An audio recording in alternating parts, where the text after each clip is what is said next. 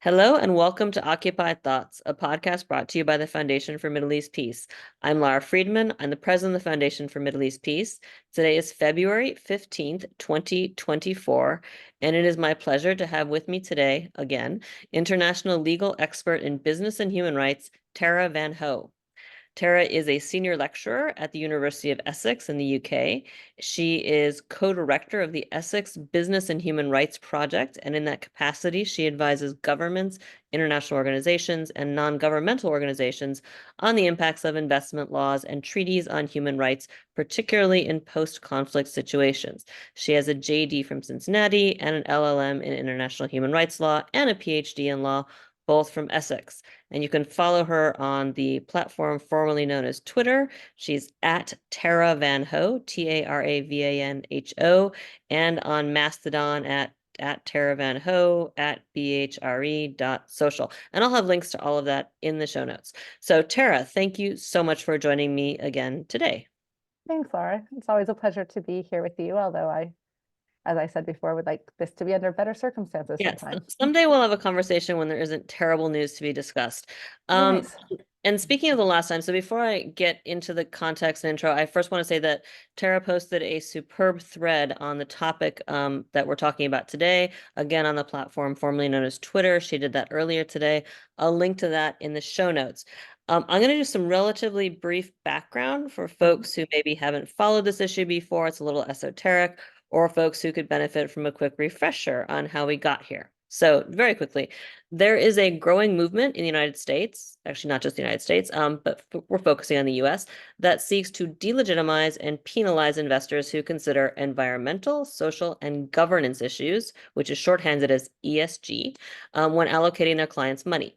For the Republican politicians leading this effort, but it's not just Republicans, ESG has become an all-purpose rallying cry in the partisan culture wars. For Republicans and the right wing, ESG is the new critical race theory. It's a concept nebulous enough to be made to seem offensive or evil. And there I'm quoting an LA Times article that I'll also link to in the show notes. So in short, the political right wing in America has seized on ESG as the new critical race theory or whatever woke ideology they hate the most, with potentially far-reaching and I think Tara and I would both argue, dangerous implications. Israel has become a key issue and a powerful weapon in the campaign against ESG, and that's why we're here today. Officials from both parties are attacking investors, investment analysts, and data providers for carrying out global ESG assessments that subject Israel to the same legal and normative standards as other companies. These attacks are based on the assertion that such assessments, which differentiate between the state of Israel and the occupied territories and routinely raise concerns about the Israeli government's policies and practices and human rights conditions in the occupied territories. These assessments, they argue, would be biased against Israel and therefore are ipso facto anti-Semitic and a form of BDS. So for folks who want to learn more, I'm going to include in the show notes a link to other podcasts I did on this topic previously, and prominent among them will be the podcast Tara and I did a little over a year ago in December 2022. That podcast focused on exactly the same topic we're focused on today, which is the ongoing controversy surrounding Chicago-based financial services company Morningstar Inc. and its subsidiary Sustainalytics, which provide an array of investment, research, and management services. For more than 2 years now, Morningstar and Sustainalytics have faced a nonstop media assault led by prominent Jewish American organizations and leaders and joined by anti-ESG Republican officials, accusing them of anti-Semitism and support for BDS. These accusations have been coupled with threats of punitive action in multiple U.S. states, with critics pointing to anti-BDS laws and the possibility of new legislation. In response, Morningstar has bent over backwards, going on 2 years now, trying to placate its attackers with new policies designed to ensure Israeli non-accountability. And with every action in response to placate its attackers, Morningstar has not only failed to halt the campaign against it, but has further energized its attackers. In December 2022, we examined in depth what at the time was the most recent Morningstar announcement with respect to how it would change its operations to placate pro-Israel critics. Today, we're coming together again because Morningstar recently released a new report and recommendations by, quote, independent experts. And if you're listening to this, I'm doing air quotes around independent experts. This report takes the previous announcement even further. And lastly, before we go in, because people are always like, well, it's conspiracy theory. You're saying they're bending over backwards or listening to the Jewish groups. Okay, so just to make clear what I mean when I say that in this process, Morningstar has bent over backwards to try to placate its Israel-focused critics, I'm going to read from the new Morningstar report by the independent experts, air quotes, which has a section entitled Background. That section opens as follows. Quote, Morningstar committed in October 2021 to take a series of specific actions designed to address concerns of anti-Israel bias in Sustainalytics ESG research. Among these commitments, Morningstar undertook to seek advice regarding its assumptions, sources, and internal use of language from independent recognized experts, blah, blah, blah, blah, blah, blah, blah, blah. These commitments flowed from Morningstar's sustained engagement with representatives of the Jewish Federations of North America, the ADL, the American Jewish Committee, J-Lens, the Foundation for Defense of Democracies, and the Louis D. Brandeis Center for Human Rights Under Law. So not conspiracy theory to say that there was a concerted effort by these groups who are focused first and foremost on Israel. Okay, so now I'm going to let you talk, Tara. Let's dig in. I want to first ask you a background question, and just can you remind people why we should care about Morningstar? Who is Morningstar, and what role does it play? And what are the basic principles and parameters that should, in theory, guide Morningstar in this role that they play in the ESG sector? So Morningstar is a company that provides other institutional investors with guidance around what we know as ESG, environmental, social, and governance factors. Within that, the S now has real content in the framework of business and human rights, which is the field that I work in. When we talk about what they're doing is telling other institutional investors, these are the risks that you face, right? These are the financial risks. These are also the risks that your investees pose to other business or to other rights holders. For institutional investors who bring their values with their money, which are a lot, right? You're talking about your pension funds, you're talking about your faith-based investment organizations. You're also talking about people like me and my mom, when we're talking to financial planners right now, talking through, we don't want our money to go to certain types of products. So what Morningstar does is tell these investors, this is where your risks are. This is what this company is doing. This is, how the company is operating. And these are the factors that we're concerned about. When it's doing that work, Morningstar has its own business and human rights responsibilities. Its institutional investors have their business and human rights responsibilities, and the companies they're evaluating have their business and human rights responsibilities. So there's three sets of business and human rights responsibilities going on at the same time. When we talk about those responsibilities, we start with what's known as the UN Guiding Principles on Business and Human Rights. That's a set of principles that was adopted unanimously in 2012 by the UN Human Rights Council. It's been universally endorsed. The only real criticism of the guiding principles is that they don't go far enough. So you have a lot of states like Ecuador and South Africa who have said it needs to go further. But there's no criticism that it's too hard. The guiding principles say that all businesses have a responsibility to respect all human rights at all times in all contexts, and that includes in conflict-affected areas. Within conflict-affected areas, they have an even greater risk. So there's a greater risk that businesses could be complicit, or that they could cause, contribute, or be directly linked to a variety of human rights harms, that the nature of the conflict on the ground is such that we are often talking about severe or gross violations of human rights, humanitarian law, torture, arbitrary detention, extrajudicial killings, war crimes, crimes against humanity, and of course, genocide. With that, and with the way in which conflicts evolve quickly, often changing, the complexity of the number of parties that can be involved, the dynamics between those parties, businesses need to pay greater attention to how they're operating on the ground, to their relationship with all the various actors on the ground, including the state, and also what those impacts are, both real impacts, but also speculative impacts. Where are the risks likely to come in the future? How are you likely to harm businesses in the future? And as an ESG evaluator, an analyst, Morningstar is supposed to apply this framework to the companies it's evaluating. And for its work to be complete, for it to be meeting its own human rights responsibility, it needs to be ensuring that it's facilitating greater understanding of business and human rights. So it needs to be making sure that its advice aligns with that. And then the clients that rely on Morningstar, these institutional investors, are supposed to be looking at this guidance and going further, right? So they start with the guidance and then they ask more questions to make their own evaluation. Every business's responsibility to respect human rights is independent of all the other actors. So Morningstar's responsibility is independent of both its clients and of the companies that it's evaluating. It's also independent of any state actors. So that's the framework that we're talking about here. That's really helpful. And I guess I just want to just make really clear to people and make sure I understand this. When you talk about the obligations that are under national law, the obligations of Morningstar, the obligations of clients, Morningstar basically here is simply an advice provider, an insight and advice provider, and a trusted insight and advice provider, where its clients are companies that want good advice about what their potential risks are. This is not a matter of a company that comes up with these reports and then goes out and tries to force them down the throats of people and say, this is what you should do.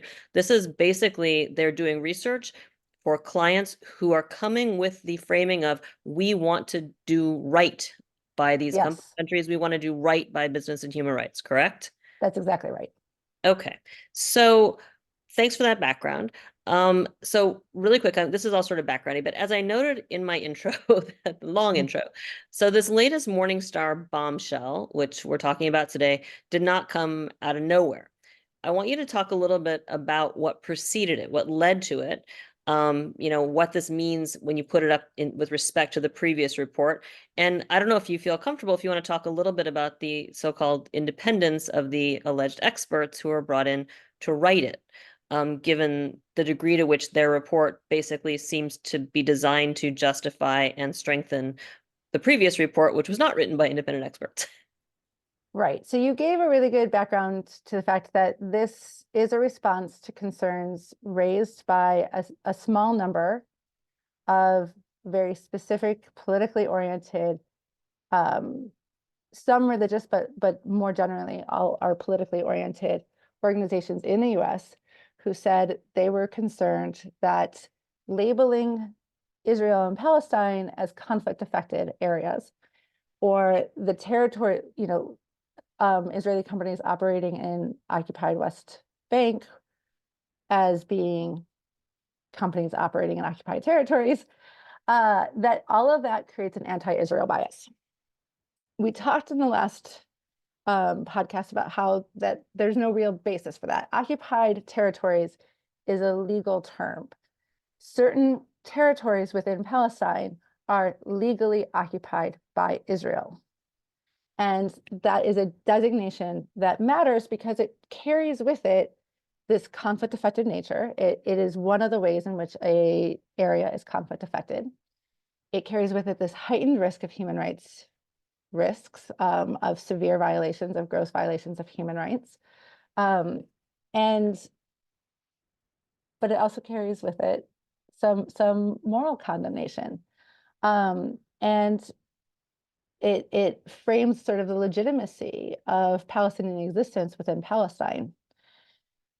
The 6 organizations in the US have said that this evidence is designating these areas as inherently risky, designating companies operating in Israel as inherently risky, for human rights, not for everything, but for human rights, is showing some sort of anti-Israel bias.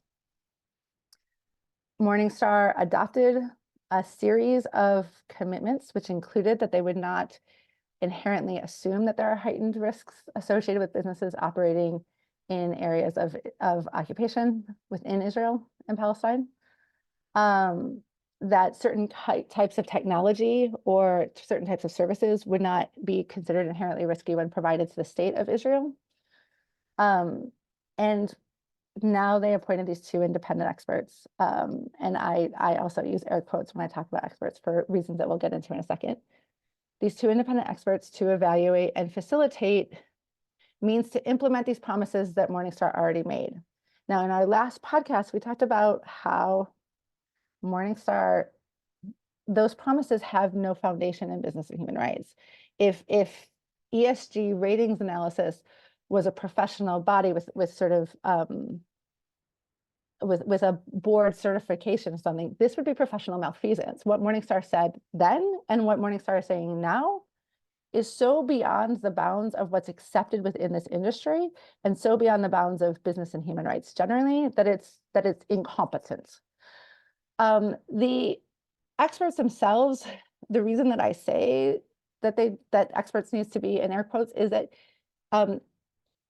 individually these two have expertise, but they don't have expertise in business and human rights. One of them is an ambassador who has expertise in diplomacy, international relations. One of them has expertise in national security and counterterrorism. Neither of them have expertise in business and human rights. And that is really apparent in the report. They were appointed, however, because, as I said in our last podcast, Morningstar was going to have a really difficult time finding any credible business and human rights expert who would be willing to operate within the constraints that Morningstar set for these experts, because it's so out of line with the UN guiding principles and it's so out of line with the expectations of industry. And Morningstar proved me right. They found two people who are willing to write a report in an area that they really shouldn't be commenting on. I rather unkindly in the Twitter thread, but also somewhat accurately said that these two men are cosplaying experts in my field. And I find it problematic. And I stand by that assertion. This is not a report of expertise. This is a report of people pleasing. And that's an issue. Sorry, I'm smiling because I'm picturing them wearing houndstooth jackets and constantly you in this space, and for a moment it offered a moment of levity. I listening to you, and we're going to get into this more. There's something just absolutely surreal about the framing, which says we're going to demand that you say that you shouldn't assume that there's anything risky on human rights with occupied territories, notwithstanding the well-documented human rights abuses and threats across the occupied territories. And these are abuses and threats that have been documented by Israeli human rights organizations for decades, not just international human rights organizations. It isn't Yes. like it's a little bit like saying, well, we shouldn't say that there's a risk of weeds growing in this area because we don't want to devalue this lawn when everyone can see there's weeds everywhere. Like Yes, it's surreal. it is. It would be like saying there aren't inherent human rights risks in operating in Afghanistan. There aren't inherent human rights risks operating in Russia or facilitating Russia's war of aggression in Ukraine. I mean, you can make that argument if you want to, but I'm going to laugh at you, and I'm not going to laugh kindly. It's the level of naivety that is required to make this assertion, and I'm going to be kind and assume that it's naivety. I don't assume that, but I'm going to be kind and assert that the level of naivety that is required to make that assertion is so significant that it becomes dangerous, right? This is not a field for the lighthearted. This is not a field for the naive people who think that human rights is about puppy dogs and rainbows. This field is a field that is inherently dangerous, inherently complex. It has its own terms of art. It has its own knowledge base and history behind it that has facilitated the development of actual legal standards in this area. And this report carries none of that knowledge. It carries none of that gravity. It carries none of that significance or seriousness. And I just find it, yeah, we're going to go with naive because if I actually I will say, as somebody who works on Israel-Palestine, the denial of reality part and the going back to what we were talking about earlier, that this is about people who are actively looking for good, objective advice. It's a little bit like when people said that the settlement database at the UN was intrinsically anti-Israel and anti-Semitic. And I said to them, well, is it okay when the settlers have websites with they say where all the settlements are and what they sell because they see that as a selling point? But somehow if the UN puts the same one up because some people don't want to buy settlement goods, that's crossing a line. And effectively what they're saying is, if we suspect you of not wanting to support Israel in what it's doing, we're going to say you're not allowed to know. Knowledge itself is anti-Semitic. Yeah, can we stick on this for a moment? Because I want to talk about some of the framing within the report, because it talks about anti-Israel bias. The concern about anti-Israel bias from a legal, moral perspective is actually a concern about anti-Semitism, right? So if you hold Israel to a higher standard than you're holding other states to, it is anti-Semitic. It is driven by this othering of Israel. And anti-Semitism is a real problem within the world globally. It is oftentimes a problem within the pro-Palestine movement. We need to grapple with that, and we need to be honest about it. But not all of the criticism that Israel endures, and not all of the focus that Israel endures, is the result of anti-Semitic feelings and sentiments. There is this thing within human rights, and I'm going to be upfront about it to the audience. The reality of human rights lawyers, academic activists, is if you try, for the most part, we're a forgiving bunch. Once we feel that that trying is no longer in good faith, once we feel that you've betrayed us once, we tend to be a pretty vindictive bunch. I tend to be a pretty, and I realized this with Morningstar, and I realized that when I was making the analogy to sort of some operations at Shell and the history around Shell in Nigeria, like I am vindictive with companies. Like if you show yourself to operate in bad faith, if you are consistently hypocritical, if you promise me that you're going to try hard and then you go and repeat the exact same mistakes, I am going to seek out and I'm going to monitor you strictly. And I'm going to pay attention to every one of your faults. And I'm not alone. There are lawyers whose livelihood is really built around their vindictiveness against Shell for how it treated Nigerians. There are lawyers who monitor Rio Tinto extensively. And when it comes to Israel, the reality is I don't know a single human rights defender who has gone to Israel and Palestine as a human rights defender and has spent any significant amount of time there that hasn't faced degradation and humiliation, that hasn't left there really scarred by the disconnect between the promise of democracy that Israel claims to give and the reality on the ground for Palestinians that we monitor, right? So, you know, I was effectively strip searched at Ben Gurion when I was leaving one time. I have never felt less safe as a human rights defender in all of my work, regardless of conflict affected areas that I go to, high poverty rates. I've never felt less safe than I did when I was living in Palestine. That's significant. And it means that you will see entire organizations dedicated to monitoring Israel. That in and of itself doesn't make it anti-Semitic. The question is, what's underpinning that? Where is that sort of that vigilance coming from, and what is it tied to? And what standard is it applying? And for it to be anti-Semitic, the standard that you're looking for is, are you holding the state to a different standard than you would to other states? Now, for me, Israel and Palestine is one of several areas that I pay attention to, right? We've talked the Uyghurs in China and the Rohingya in Myanmar, Russia and Ukraine, Colombia, Sudan. My sort of global scope of vengeance is broad.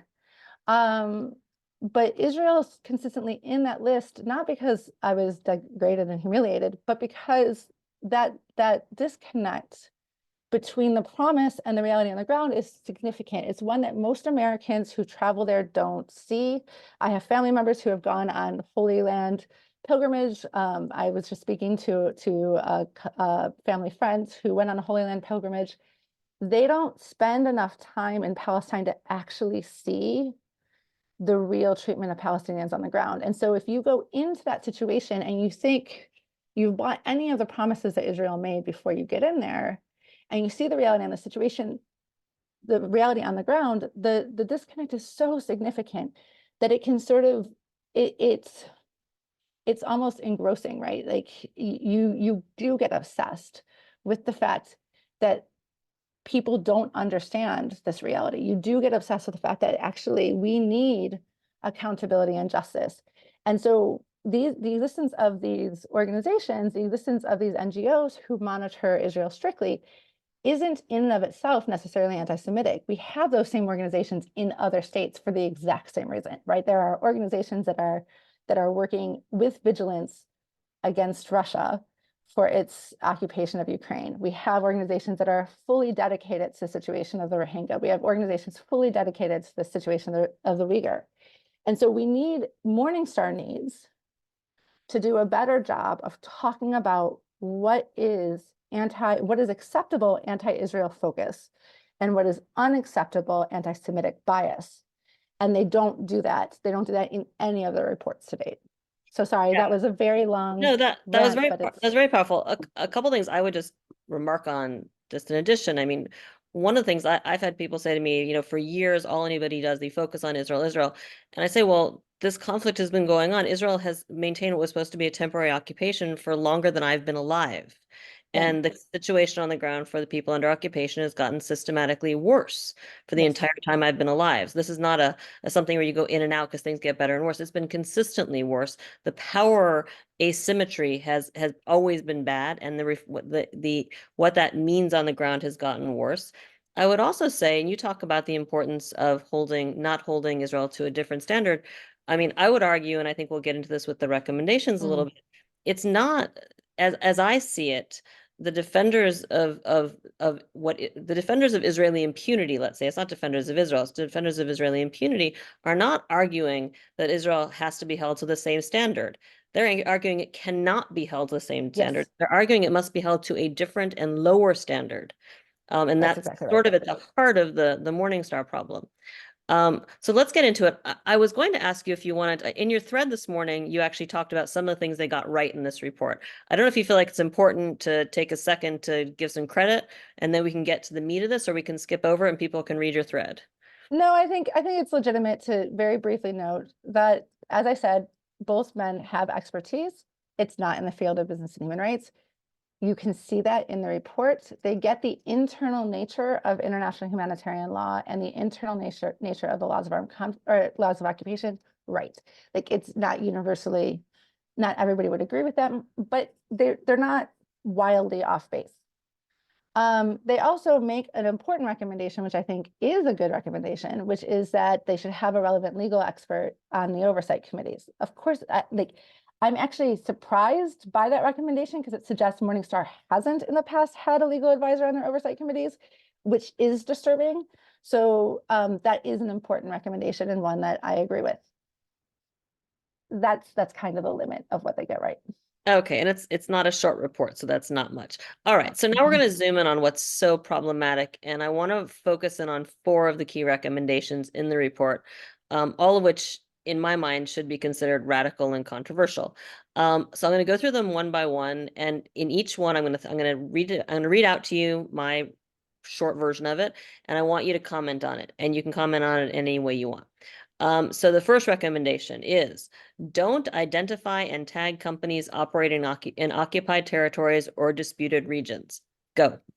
So if the recommendation were to have been tag companies operating in occupied territories or disputed regions as conflict affected, I would be fine with this recommendation and it would align with the UNGPs. As it is, the argument is there is no need to have a geographic designation because geography doesn't matter in your assessment of a business's human rights compliance. That is not true. Under the UN guiding principles, there is an inherent recognition that businesses operating in conflict-affected areas carry that inherent heightened risk, and they have a responsibility to do what we call heightened human rights due diligence. So normally businesses have to assess their risks that they are posing to other people on the ground, develop a plan of action for mitigating those risks, stop any harms that they are causing or contributing to, and we're going to come back to that terminology in a little bit. They need to use their leverage in their business relationships where they are directly linked to a harm to affect change in the conduct of their business partners. They need to remediate any harms that have occurred that they caused or contributed to, and they need to report transparently. In their human rights due diligence, in all of this process, they are supposed to be consulting stakeholders who are affected by the business's operations. When we talk about heightened human rights due diligence or enhanced human rights due diligence in conflict-affected areas, by the way, I believe that term comes up only once in the totality of the Morningstar report. I might be wrong, it might come up twice, but we're not talking about an extensive engagement with this concept.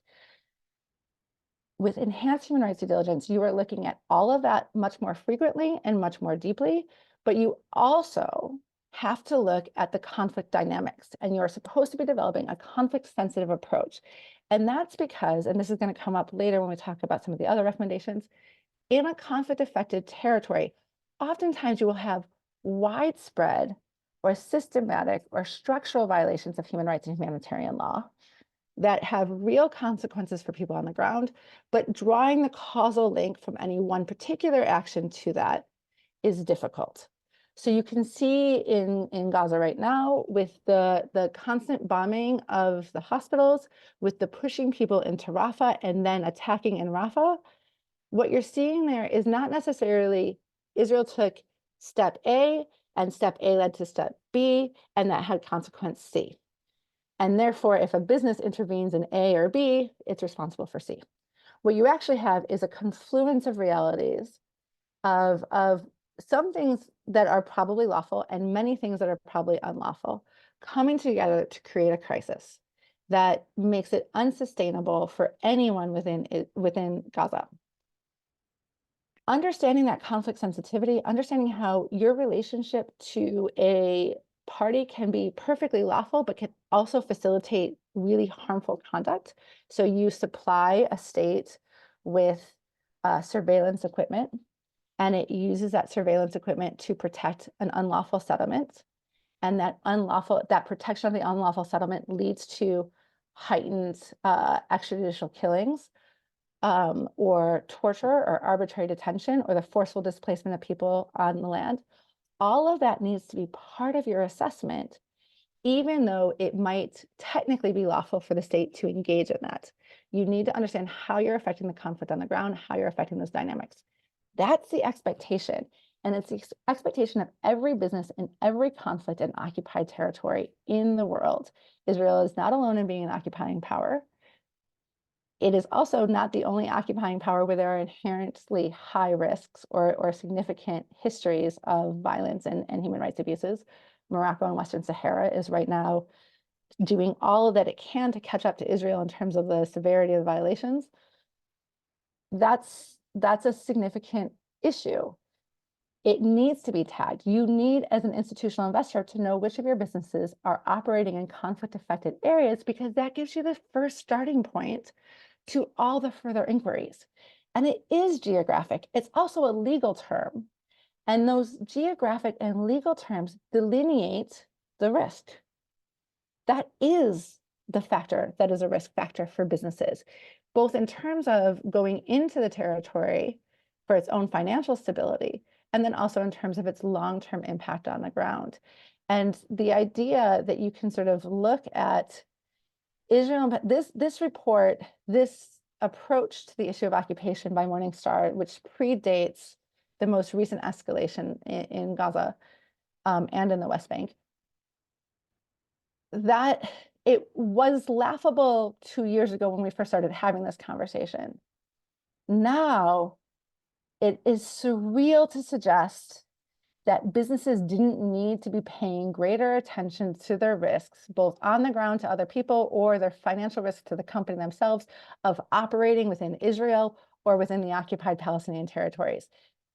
It's so far removed from any sense of reality that I can't understand the foundation behind it, other than they don't like the term occupation because they find it hurts people's feelings.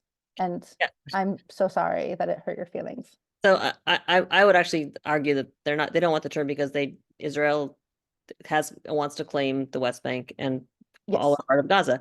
I do want to note that that recommendation in the report is not Israel-Gaza specific. So No. under this recommendation, Morningstar would, for instance, not label Crimea as occupied Russian territory. I mean, this is about basically pulling the wool over the eyes of businesses around the world in a Yeah. way that's quite politicized, to effectively enable actors on the ground to do what they want. I mean, it's Yeah. quite extraordinary in terms of denying reality. It is, because they talk about it in terms of there's nothing specific about the geographic designation, but that's not true. If you are going into a West Bank settlement, or you are going into property in Crimea that's been forcibly displaced from Ukrainians, or you are going into property in South Ossetia or Abkhazia, or you're going into Transnistria or Northern Cyprus, like all of those places where you have the property has been taken by the state or by the local population. The business that is operating in there only has security as long as that particular area is controlled by the occupying power. As soon as there is a shift of any nature, that business's property interest and value becomes extraordinarily fragile, extraordinarily quickly. Additionally, operating in these situations we have seen for decades now, operating in these situations carries the fact that after there's a transition or after a piece is established, you have a variety of mechanisms from truth commissions to criminal investigations to domestic reparations programs that are aimed at redressing the wrongful conduct of the past. They have looked at corporations, they have held corporations and businesses responsible. There have been taxations or voluntary contributions that have been sought from businesses to address the fact that they were complicit in human rights violations. So this idea that there's not a financial risk to the companies, that this is just about politics or just about human rights or fluffy concerns, and I'm going to say human rights are not fluffy concerns, but people tend to pretend that they are. In those circumstances, there's a real financial risk to the institutional investors that are relying on Morningstar's analysis because they are not adequately and appropriately identifying the actual risk to the companies that they're investing in. Yeah, I find myself as I'm listening to you thinking about growing up, all of the many of the same organizations that are pushing Morningstar, the same ones who are pushing for justice for maybe my ancestors in Europe who lost property and businesses in World War II, which were then maybe taken over and run by other people for profit, and looking for reparations and returns of things. Sorry, just to stay on that for a second, think about it. It was 40 years from the end of World War II until the Swiss banks started repairing and providing reparations for their complicity. There were ongoing claims around Japan. There were ongoing claims around complicity with the Nazis for decades afterwards. To suggest that you're not going to tag that because you don't think that it's relevant, that it doesn't relate to a financial risk to business, again, the nice assumption is that it's extraordinarily naive. And to implicitly deny the legitimacy of such claims. Yes. All right, we're going to have to go faster because this is. Yeah, sorry. I'm sorry. I don't want to keep you too long, and this is really interesting. I'm going to read you actually the next two together. Don't rely on NGO reports to identify risks until there's demonstrable human violation. So basically, until something horrible happens, you can't warn that it might happen. And focus only on specified, not speculative human rights risks. So you can't actually warn broadly. It has to be like, this guy might lose a toe, not like somebody might get hurt. So can you talk about those? Completely out of touch with the UN guiding principles. This is not surprising. The report doesn't actually use the UN guiding principles. Repeatedly, it uses what's known as the UN Global Compact. The UN Global Compact has no legal standing at all. It's a voluntary commitment that businesses can do and often do for PR purposes. The UN guiding principles say you are supposed to identify real and actual and potential risks. Sorry, so actual and potential risks to human rights. You need to understand that because you are supposed to be taking proactive steps to prevent the realization of those harms coming to account.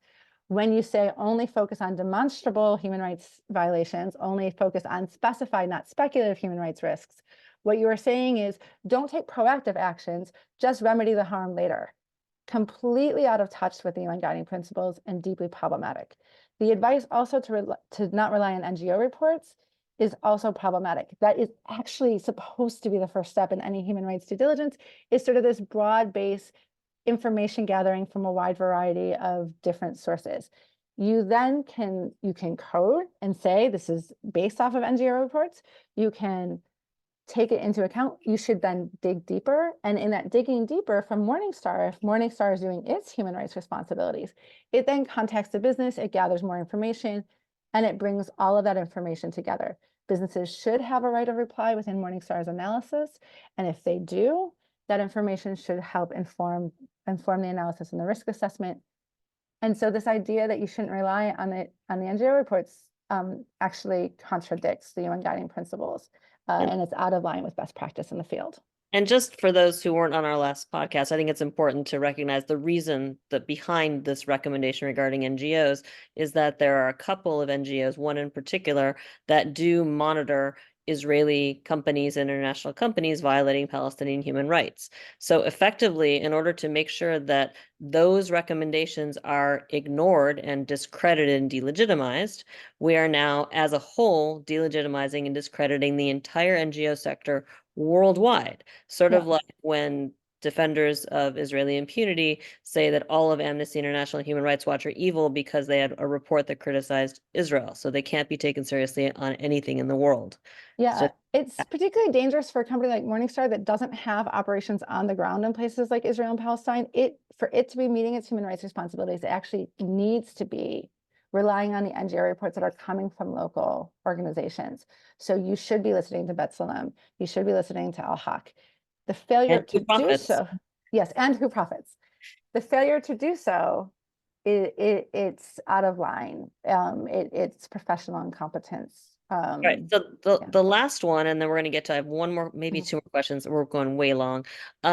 The last recommendation is focus only on activities that, quote, deliberately facilitate or, quote, provide direct assistance to specific violations of human rights. That sounds a little bit about the speculative versus actual. It's actually even worse than that. So what this is talking about is what's under international criminal law known as complicity in international criminal law. And they're pulling this language that kind of comes from that background and from the UN Global Compact, again, a relevant document. I mean, it's a nice document, but it's irrelevant for this. And international criminal law to say, focus on complicity only. That advice was outdated in 2012. Like, we are talking about advice that has no foundation in this field for the last 12 years, because we don't talk about complicity in business and human rights anymore. That's only a narrow subset of the concerns that we need to focus on. The broader subset are these cause, contribute, and directly linked to. And I don't want to get into the specifics of what that means. I have an article, I'll share it with you. People can contact me if they want access to it, and they can't get it otherwise. But that terminology is really narrowing the scope of considerations and the kinds of responsibility businesses have in a way that is out of line with the field of business and human rights. It really has no basis in ESG monitoring, and it's deeply problematic. Okay. So I have a few more questions. So I'm going to just Mhm. suggest to our listeners that this might be a good place to pause, get a drink, stop in the restroom, Yes, take a quick apologies, break listeners.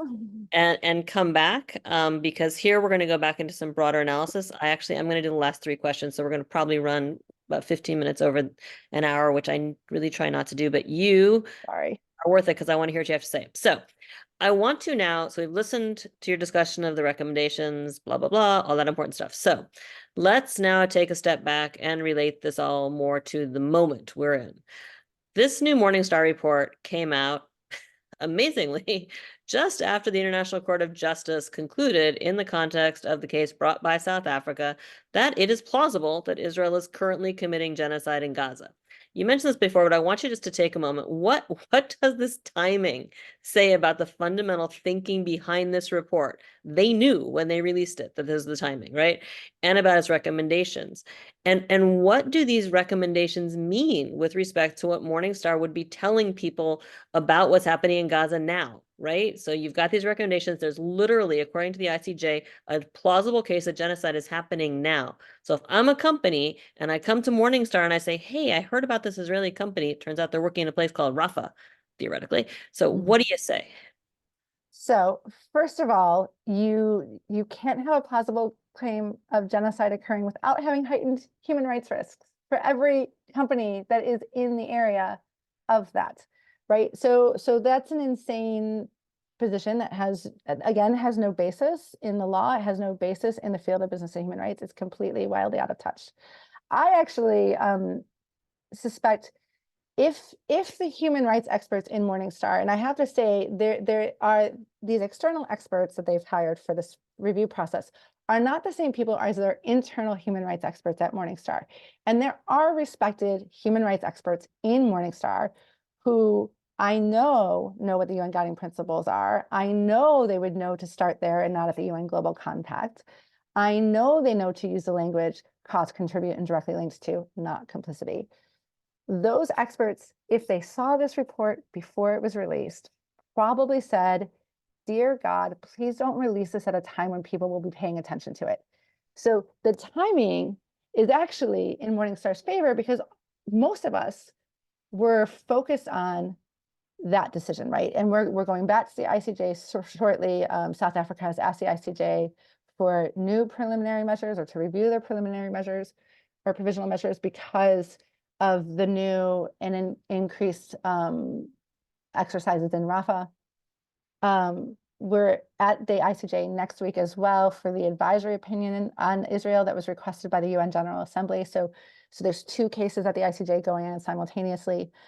Around the time that this report was released was also when you saw this great focus by Israel and its allies, the US, Australia, Canada, around UNRWA and the fact that I think it's 11 employees of the UN Relief and Works Agency that operates in Gaza were found to have a relationship with Hamas out of 13,000.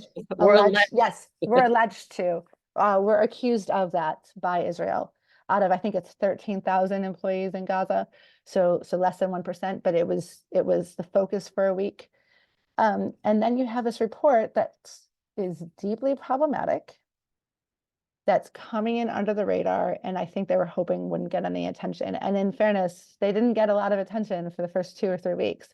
And I think they're about to realize how dumb that was.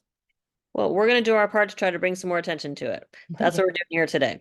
So I'm going to ask you maybe to go to repeat some of the things you already said in a different context. So I want to, as we get to the end, I want to ask you about your overarching big conclusions, capital letter, big capital C conclusions. First, in terms of what this report means for Morningstar and its work and its role in the sector. And I'm actually going to read back to you something you tweeted in that amazing thread in 2022 about the previous report. You wrote, the policy changes from Morningstar Inc. show such a lack of competence in business and human rights, international law and human rights standards as to raise questions about the company's basic competence to do ESG research. So you want to expand on that for a second? Yeah, as I said, this isn't a field for the faint of heart, and it's not a field that's appropriate for naivety. Naivety in this field and playing politics in this field gets people killed. It just does. And it gets companies complicit in human rights responsibilities. We've seen that in recent years, not just in Israel and Palestine, but also in other situations. You know, the French cement company Lafarge is facing criminal prosecution in France. It's already faced criminal prosecution in the US where it reached a settlement with the US government because it thought that it could just pay ISIS to continue to allow it to enter ISIS territory regularly to get to its cement manufacturing plant. It did that because it was prioritizing profit over its human rights responsibilities. When you have that kind of gravity, you need to have people who are really focused on the nuance and on the realities on the ground, who understand this field really well. A lot of times what we're seeing now are people who have a background in some other area of public international law or some other area of international human rights law who think, oh, I can just easily fly into business and human rights and apply what I know. I don't have to learn anything new. And that's not true. This is an extraordinarily complex field of law. Its history goes much further back than the UN guiding principles. It brings together domestic and international frameworks. It brings together criminal as well as civil, as well as company law and securities law. You need to know a lot in a lot of depth to just be basically functioning and not getting people killed in this field. To do it well, you need to know even more and you need to be even more rigorous. This report doesn't do any of that. And it's following a series of decisions by Morningstar that don't treat this field with the seriousness that it needs to be treated with. And in doing so, they are putting institutional investors at risk. They are putting the companies that are relying on their guidance at risk. But more importantly, they're putting people on the ground at risk because you're not seeing the changes in operations and practices that are needed to protect human rights seriously. And that's a problem. It's a problem for Morningstar. It is a much bigger problem for the field because it evidences that you have these people who are going in as advisors, as I said, cosplaying experts in this area, going in and really doing harm in a field that is based on preventing harm. And until we can start regulating these agencies the same way that we regulate financial ratings agencies and financial services advisors, until we start doing that, we really have to start holding ourselves accountable at a higher rate. And Morningstar is not doing that. It's in practicing in this way, it undermines the real good work that is being done by institutional investors to secure good in the world. And that's, I personally now find what Morningstar is doing to be insulting. So when I talk about companies I'm vengeful against, Morningstar is on my list. So you actually already answered my second part, which is the impact on the broader sector. I guess what, and maybe, I mean, I think that in some ways you're more gentle in talking about this than I would be, because what you didn't mention is the deliberateness of this, which is what I find so galling. Yeah. It does not seem to me that what Morningstar is doing today is a reflection of incompetence or lack of expertise. It appears that they basically took what was a pretty good operation. Doesn't mean it couldn't have been fixed, doesn't mean it didn't have problems, could have been improved, but they took what was a pretty good operation doing ESG monitoring, and they've now gutted it in order to make sure that Israel is absolved of any kind of accountability. And they Yeah. did it under pressure, and they've allowed the sector in that way, or paved the way for a politicizing of the whole sector. If I am Russia and I see what's happened here, I'm going to yell bloody murder if you try to say anything about what I'm doing in Ukraine, Yeah. you know, or the And Chinese, or anybody else, you know? yeah, and we have seen that, right? So that's a really important point. We have seen that. Austria put pressure on the Ukraine National Agency again on the prevention of corruption to remove one of its banks from the Ukrainian list of international sponsors of war. And it temporarily worked. They conditioned international assistance on the removal of the bank from that list. We have seen agency in Europe, and I'm blanking on the name right now, say that Volkswagen was able to do human rights due diligence and was Uyghur labor free in China. And you cannot, with any seriousness, make that claim about any manufacturing company operating in anything close to Xinjiang. And in most of China, you have to recognize that there is probably still an ongoing risk because Volkswagen can't control that the way that you need to be able to make those kinds of claims.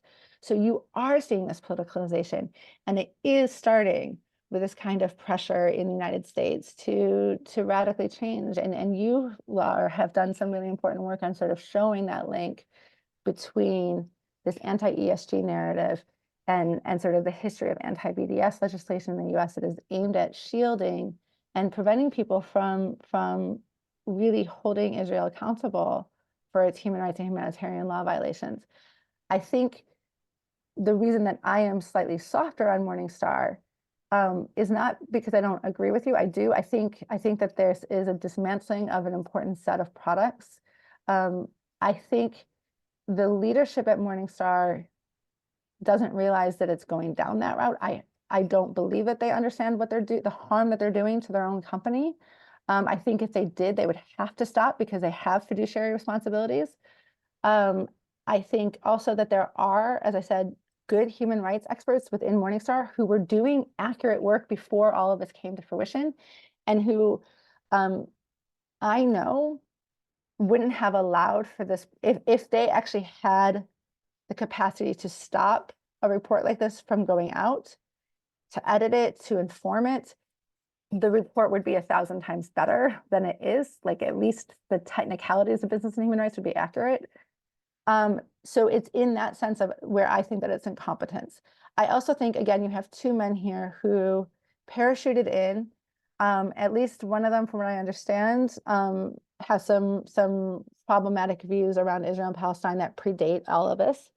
But you have these two men who parachuted in, and in that way that men of a certain age can be, where they think they know everything and therefore they don't have to learn anything, I think there's incompetence there. Perhaps it's deliberate incompetence, but I think there's also that naivety of, oh, I'm brilliant, I must be okay in this, without realizing I that still they're think missing everything. you're kinder than me. When I read this latest report, it read to me like someone gave them the previous Morningstar report and said, you're coming in as outside experts to justify and strengthen everything in this report. It wasn't Yeah, an yeah. examination of it in any serious way. No, I think that you're probably right in that. I do All think right. you're probably right.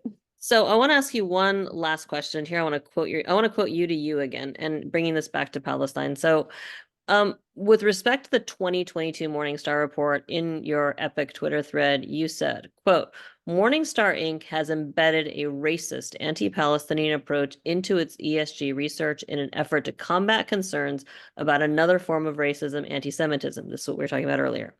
You cannot combat racism and human rights violations by embracing a different type of racism and human rights violations.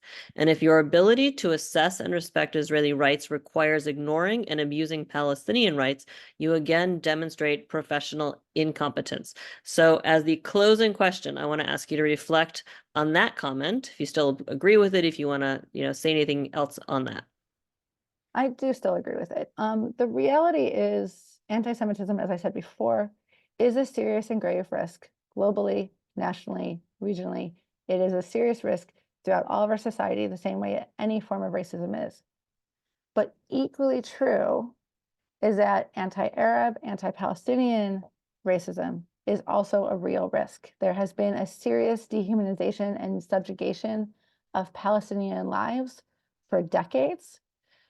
We have seen that now in this ICJ finding of a plausible case of genocide. To get to a point where you have a plausible case of genocide is to get to a point where people have been so fundamentally dehumanized that it is acceptable to treat them as animals and not as other human beings. And we've heard language on that. And that language was repeated at the ICJ. There's a reason that that finding was what it was. And to then take that framework and to embed it in guidance that will impact economic decisions by people who don't want to be complicit in war crimes, who don't want to facilitate that, who want to be conscientious of where their money is going. I find that really disingenuous. I find it dangerous. I find that it lacks respect for the fiduciary relationship that an organization like Morningstar is supposed to have for its clients. It's also inherently racist. You are seeing rules being developed to shield Israel from criticism and from the consequences of its own actions. As a result, it's being held to a lower standard than other states are being held to.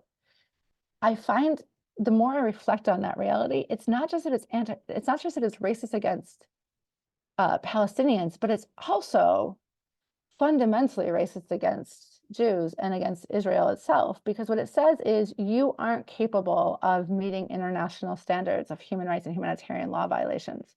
There's something inherently broken about you as a state that means you can't do this.